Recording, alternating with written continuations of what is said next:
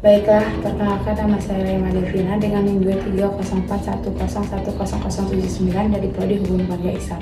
Saya akan menjelaskan materi UTS yang pertama, yaitu pada butir 14, upaya paksa. Upaya paksa adalah tindakan aparat penegak hukum yang berupa penetapan tersangka, penangkapan, penahanan, penggeledahan, penyitaan, pemeriksaan surat, pemblokiran, penyadapan, serta larangan bagi tersangka atau terdakwa untuk keluar dari wilayah Indonesia sesuai dengan ketentuan undang-undang ini dalam rangka kepentingan penegakan hukum.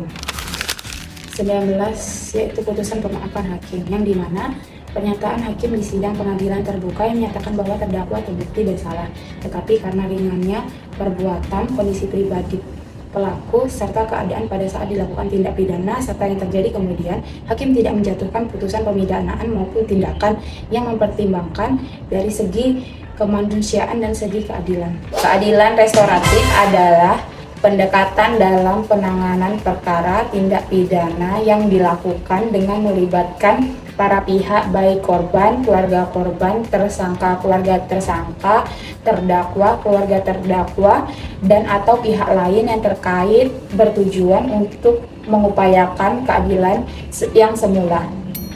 Yang keempat adalah advokat.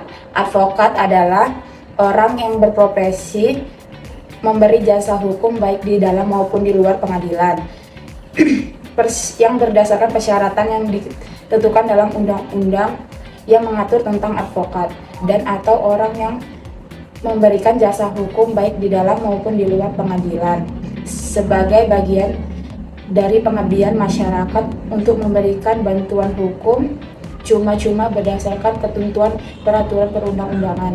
Yang kelima, yaitu penggeledahan.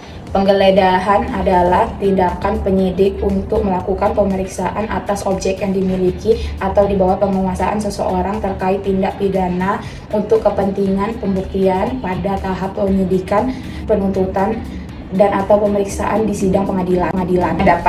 Penyadapan adalah kegiatan untuk memperoleh informasi pribadi yang dilakukan secara rahasia dalam penegakan hukum dengan cara mendengarkan, merekam, membelokkan, menghambat, mengubah, menyambungkan, memasang alat pada jaringan, memasang alat perekam secara tersembunyi, dan atau mencatat transmisi informasi elektronik dan atau dokumen elektronik dengan menggunakan jaringan kabel komunikasi, jaringan nirkabel, atau jaringan sistem informatik internet sesuai dengan perkembangan ilmu pengetahuan dan teknologi. Yang ketujuh, yaitu tertangkap tangan. Tertangkap tangan adalah tertangkapnya seseorang pada waktu A. sedang melakukan tindak pidana, B. beberapa saat setelah tindak pidana dilakukan, C.